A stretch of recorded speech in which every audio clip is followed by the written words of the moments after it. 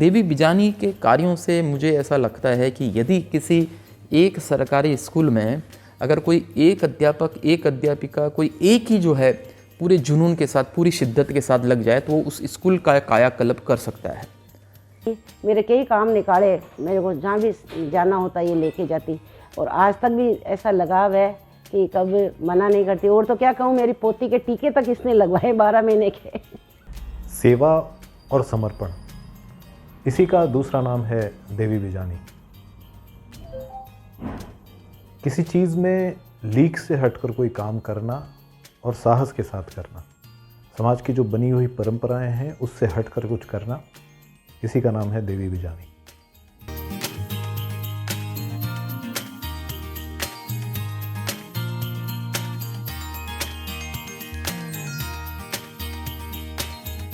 नमस्ते दोस्तों, एक और नई कहानी के साथ मैं मोइनुद्दीन चिश्ती RBS मोइन स्टोरीज के मंच पर आप सभी का स्वागत करता हूं। मेरे साथ हैं देवी बिजानी जी। देवी बिजानी जी पेशे से शिक्षिका हैं, टीचर हैं, पढ़ाती हैं, विज्ञान विषय पढ़ाती हैं। और देवी जी की खासियत ये है कि ये सरकारी टीचर हैं और जिस सरकारी स्कूल में इनकी पोस्टिंग हुई है वहाँ इन्होंने सफलता का इतिहास रचा है। आज हम देवी जी की जर्नी से रूबरू होंगे। देवी जी, आपका बहुत बहुत स्वागत है। Thank you. मैं राजकीय उच्च माध्यमिक विद्यालय बीरडोंकाबास में प्रिंसिपल पद पर कार्यरत हूँ। हाँ, मेरी पोस्टिंग के बाद से मैंने एक चीज़ देखी कि लोगों का ये नज़रिया है कि सरकारी स्कूलों में पढ़ाई नहीं होती है और टीचर्स सिर्फ टाइम पास करते हैं। इसी चीज़ से बचने के लिए मैंने सबसे पहले लोगों का नज़रिया कैसे बदला जाए, खांडा फलसा स्कूल में पोस्टिंग के समय जोधपुर का पहला ऐसा स्कूल बनाया जिसमें बायोमेट्रिक सिस्टम से हाजिरी हो रही थी और हर क्लासरूम में CCTV लगा हुआ था जिससे कि स्कूल में पढ़ाई की पूरी मॉनिटरिंग की जा सके। मैं पाक विस्थापित धाती सुथार समाज से बिलोंग करती हूँ। हमारा समाज 71 में विस्थापित होकर के बाड़मेर आया था। मेरे पिता 1980 में मेरे जन्म के बाद से यहाँ जोधपुर में रह रहे हैं। मैंने पढ़ाई के दौरान काफ़ी हद तक सोशल बाइकआउट झेला। मेरे समाज में पढ़ाई को बिल्कुल महत्व नहीं दिया जाता था। मेरे पिता को समाज के लोगों को जवाब देना पड़ा कि बेटी को क्यों पढ़ा रहे हैं। मेरी मम्मी ने कई जगह पर जाकर के तुम्हारी बेटी बिगड़ जाएगी, देख लेना एक दिन भाग जाएगी तक के शब्द भी सुने हैं। और इसी वजह से मेरी कोई सहेली नहीं बन पाई समाज में। मोहल्ले में रहने वाली जो ज़्यादातर मेरे ही परिवार के लोग थे वो मेरी सहेलियां नहीं थी और ये मुख्य वजह थी कि मैं अपना अधिकतम समय पढ़ाई पे दे पाई और आज एक ऐसे मुकाम पर हूँ जहाँ पर मैं अपनी बात कह सकती हूँ। सरकारी स्कूल में नवाचार के रूप में सबसे पहला जो काम किया था, हमने स्टाफ के सहयोग से पैम्पलेट छपाए और वो पैम्पलेट स्कूल के आसपास के क्षेत्र में घर घर जा कर के बांटे हमने, ताकि स्कूल में नामांकन बढ़ सके। इसके बाद में हमने स्कूल की जो गरीब लड़कियां जो फीस भर नहीं पा रही थी या बाकी खर्चे अफोर्ड नहीं कर पा रहे थे जिनके पेरेंट्स, प्रत्येक स्टाफ ने एक बच्ची का साल भर का खर्च स्पॉन्सर किया, जिसमें बच्ची के स्कूल यूनिफॉर्म, जूते, स्टेशनरी, स्कूल की फ़ीस, बोर्ड एग्ज़ाम्स की फ़ीस वगैरह शामिल थी। नवाचारों की इसी कड़ी के चलते हमने विद्यालय का फेसबुक पेज बनाया और उस फेसबुक पेज पर हमने स्कूल में चल रही अलग अलग एक्टिविटीज़ को समय समय पर अपलोड करना शुरू किया। इसके बाद में हमने व्हाट्सएप ग्रुप बनाया जिसमें कि अभिभावकों को जोड़ा गया और स्कूल में होने वाले जो बच्चे गतिविधियां कर रहे थे, बेस्ट गतिविधियों को हमने उस ग्रुप में पोस्ट करना शुरू किया। इसका इतना बढ़िया रिज़ल्ट रहा कि हमारे स्कूल का जो नामांकन था, एक ही वर्ष में एक साथ 100 बच्चों को नामांकन दिया था हमने। वर्तमान विद्यालय में भी कोरोना काल की वजह से बच्चों लगातार शिक्षा से पिछड़े नहीं और शिक्षा से छूटे नहीं, इसके लिए हमने स्कूल चले घर की ओर अभियान चलाया, जिसमें कि हमने बच्चों को घर जा कर के वर्कबुक्स, किताबें, नोट्स और क्वेश्चन बैंक्स प्रोवाइड करवाए। मेरी पहली पोस्टिंग जैसलमेर के देवीकोट गांव में हुई थी, जहां पानी की भारी कमी थी। वहां हमने स्कूल के परिसर में कुछ पौधे भी लगाए थे, पर चिंता ये थी कि गर्मी की छुट्टियों में उन पौधों का क्या होगा। तो उस समय वहाँ लड़कियों से हमने पौधों को राखी बंधवाई और साथ ही उन बच्चियों को ये शपथ दिलवाई कि गर्मी की छुट्टियों में उन पौधों की रक्षा के लिए उनको समय समय पर पानी देती रहेंगी। इसके बाद में जब मेरी पोस्टिंग बतौर प्रधानाध्यापक जोलियाली हुई, तब भी हमने पौधों को बच्चों से राखियाँ बंधवाई और वहाँ पे भी शपथ दिलवाई कि वे पौधों की रक्षा करेंगे। और मुझे बड़ी खुशी होती है कि आज उन दोनों स्कूलों में से जब मुझे फ़ोटो मिलते हैं जिनमें बहुत अच्छी हरियाली दिखती है। मेरा ये मानना है कि कोई भी स्कूल बिना सामाजिक सहयोग के नहीं चल सकता और इसके लिए मेरे शुरू से प्रयास रहे कि स्कूल में अभिभावकों का और समाज का लगातार सहयोग बना रहे। फर्स्ट प्रधानाध्यापक पोस्टिंग मेरी जोलियाली थी। वहाँ 8 महीनों के कार्यकाल के दौरान मैंने लगभग 75,000 रुपये के काम जन सहयोग से करवाए। इसके बाद में मैं खांडा फलसा में पोस्टिंग रही, तो उस दौरान विधायकों से, पार्षदों से, अभिभावकों से, इनसे सहयोग से मैंने लगभग 16 लाख रुपए का काम करवाया। साथ ही उस समय भारती फाउंडेशन का बहुत अच्छा सहयोग रहा। भारती फाउंडेशन के सहयोग से विद्यालय में लगातार अलग अलग गतिविधियां होती रहती थी, यहाँ तक कि बच्चों के एजुकेशनल टूर, दबंग जैसी फिल्में दिखाना बच्चों को, जिससे कि बच्चे इंस्पायर हो सकें। ये सारी चीज़ें भी हमने सामाजिक सहयोग से की। नवाचारों के लगातार चलते ही स्कूल की बिल्डिंग की फीकी दीवारें मुझे बिल्कुल रास नहीं आ रही थी। इसके लिए बाला एक्टिविटी के तहत बिल्डिंग एज लर्निंग एड, जिसमें बच्चों स्कूल के कक्षों की हर दीवार को हमने कुछ न कुछ रंग से रंग दिया।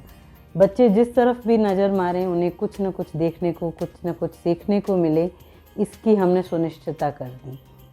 फिर पहली और दूसरी कक्षा के बच्चों की नींव मजबूत तैयार हो सके, इसके लिए पहली पोथी और दूसरी पोथी नामों से वर्कबुक तैयार करवाई और वो वर्कबुक अभिभावकों से या जनसहयोग से हमने बच्चों में फ्री उपलब्ध करवाई सारे बच्चों को। पहली और दूसरी कक्षा में खांडा फलसा में उस समय मेरे स्कूल में लगभग 60 से 70 बच्चे एक एक क्लास में हुआ करते थे पहली दूसरी में। उन सारे बच्चों को इन वर्कबुक के माध्यम से लिखने का और समझ बढ़ाने के लिए हमने लगातार प्रयास किए और इसका ही रिजल्ट था कि मेरे खांडा फलसा में तीसरी कक्षा की बच्चियां अंग्रेजी की किताबें फराटे से पढ़ती थी। टीचिंग कैरियर की शुरुआत मैंने सबसे पहले महालक्ष्मी स्कूल से की थी। महालक्ष्मी स्कूल में मुझे 2,500 प्रति महीना पर नौकरी मिली थी और मैंने अपने पूरे एफर्ट्स देते हुए पहली साल में 10th बोर्ड का 100% परिणाम दिया था, परंतु स्कूल ने वादे के मुताबिक मुझे इंक्रीमेंट नहीं दिया था और उस वजह से मुझे ऐसा लगा कि जो तनख्वाह मिल रही है, जो वेतन मुझे मिल रहा है, उस वेतन से ज़िंदगी तो नहीं निकलेगी। तब मैंने सरकारी सेवा में जाने का फ़ैसला किया। 2007 की भर्ती का मैंने फॉर्म भरा था और उसी में मैं चयनित हो गई थी। ईश्वर ने मुझे सेवा का मौका दिया और साथ ही साथ चैलेंजेस भी दिए और इसके रूप में मुझे पोस्टिंग प्रिंसिपल के तौर पे राजकीय अंध विद्यालय जोधपुर में मिली। राजकीय अंध विद्यालय जोधपुर, वहाँ सारे के सारे नेत्रहीन बच्चे थे जिनकी शिक्षा और उन्हें लगातार एक्टिव रखना अपने आप में बहुत बड़ा चैलेंज था, पर एक फैसला कर रखा था कि ईश्वर ने अगर मुझे यहाँ सेवा का मौका दिया है और ये चैलेंज मेरे लिए दे रखे हैं तो मुझे ये चैलेंज पार करने हैं। मैं अपनी तरफ से यहाँ से ट्रांसफ़र के लिए कभी प्रयास नहीं करूँगी। इंसान जीवन में कुछ भी बन जाए ना, उसके लिए सबसे ज़रूरी होते हैं उसके आसपास के लोग। जहाँ मेरे माता पिता मेरी पढ़ाई के लिए संघर्ष कर रहे थे, मेरे छोटे मामा मुझे अक्सर चिढ़ाते थे, तेरे क्या फर्स्ट डिवीज़न आएगा, तू कहाँ पढ़ लेगी। और शायद कहीं ना कहीं उनका वो चिढ़ाना है ना, मैं जानती थी अंदर से कि वो मुझे मोटिवेट ही कर रहे हैं। जब मेरा 10वीं का रिज़ल्ट आया, पापा ने कहा क्या रिज़ल्ट देखना है, तू पास तो हो गई है। पर उस समय अखबार अलग आया करता था 10वीं के रिज़ल्ट का। मेरे मामा खुद अखबार लेकर के आए थे और जब उन्हें पता चला कि मेरा फर्स्ट डिवीज़न बना है, उसी दिन उन्होंने जाकर के बिल्कुल एक नई डायरी और एक चांदी का छल्ला मुझे गिफ्ट दिया था। वो डायरी और छल्ला आज भी मेरे पास वैसे के वैसे रखे हुए हैं। अपने जीवन के महत्वपूर्ण लोगों के बारे में चर्चा करूं और एक नाम नहीं लूं तो मेरा किस्सा ही अधूरा है। और वो नाम है अयोध्या प्रसाद गौड़, यानी कि बबलू भैया का। मेरे विज्ञान की टीचर, मेरे मार्गदर्शक, मेरे सबसे अच्छे दोस्त, मेरे फिलोसोफर और मेरी हर मुश्किल का इलाज। कोई परेशानी हो तो भैया हमेशा साथ होते हैं। मेरा 10th का रिज़ल्ट जैसा मैंने बताया था, आने के बाद में मार्कशीट्स बहुत बाद में आया करती थी और उसका भी एक इंतज़ार रहता था कि कब किस विषय में कितने नंबर बने हैं। मार्कशीट जैसे ही स्कूल पहुंची और भैया को रिज़ल्ट पता चला, भैया ने खुद घर आकर के मुझे पूरी डिटेल दी थी। देवी को मैं उस समय से जानता हूं जब मैं प्रतापनगर जोधपुर के एक स्कूल में मैंने पढ़ाने का काम शुरू किया। और उस समय जो आप मान सकते हैं कि हर क्लास में कुछ ऐसे स्टूडेंट हुआ करते हैं जो कि आपको शिक्षक को उस भीड़ से अलग लगते हैं। जहां आपको लगता है कि वहां पूछे जाने वाले सवाल कुछ अलग हैं, और जहां आपको लगता है कि जो पढ़ाया जा रहा है उसको केवल ग्रहण नहीं किया जा रहा, उससे आगे की भी कुछ चीज़ सोची जा रही है। वहाँ से शुरू होता है सफ़र। और जैसा कि हुआ करता था कि जो कुछ शिक्षक बच्चों को बहुत अलग लगते हैं या जिनके साथ में उनका जुड़ाव हो जाता है, मेरे साथ में भी कुछ जो स्टूडेंट्स थे मेरे, उन्होंने रक्षाबंधन के दिन मुझे आकर राखी बांधी।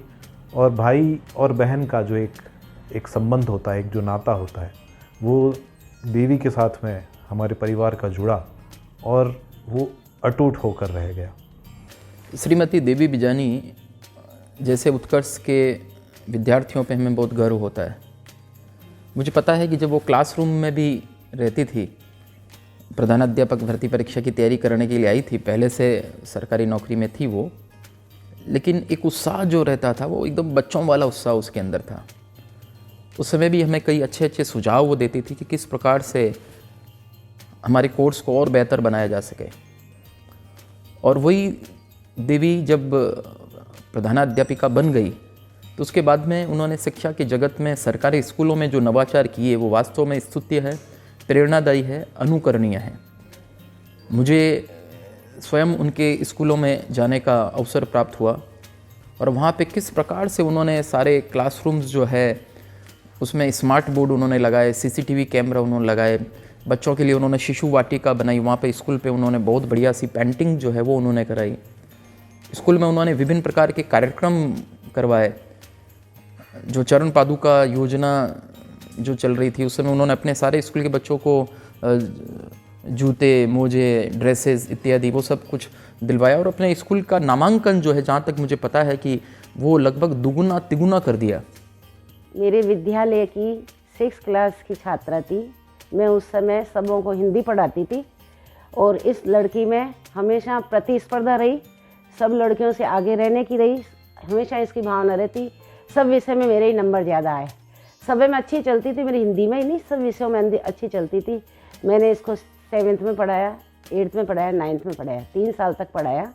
इसमें सबों के साथ मित्रता की भावना थी, छात्रा के पीरियड में भी, और सबों की प्रिय थी, सब अध्यापिकाओं की, अध्यापक की प्रिय थी, क्योंकि सहयोग की भावना थी इसमें अधिक थी।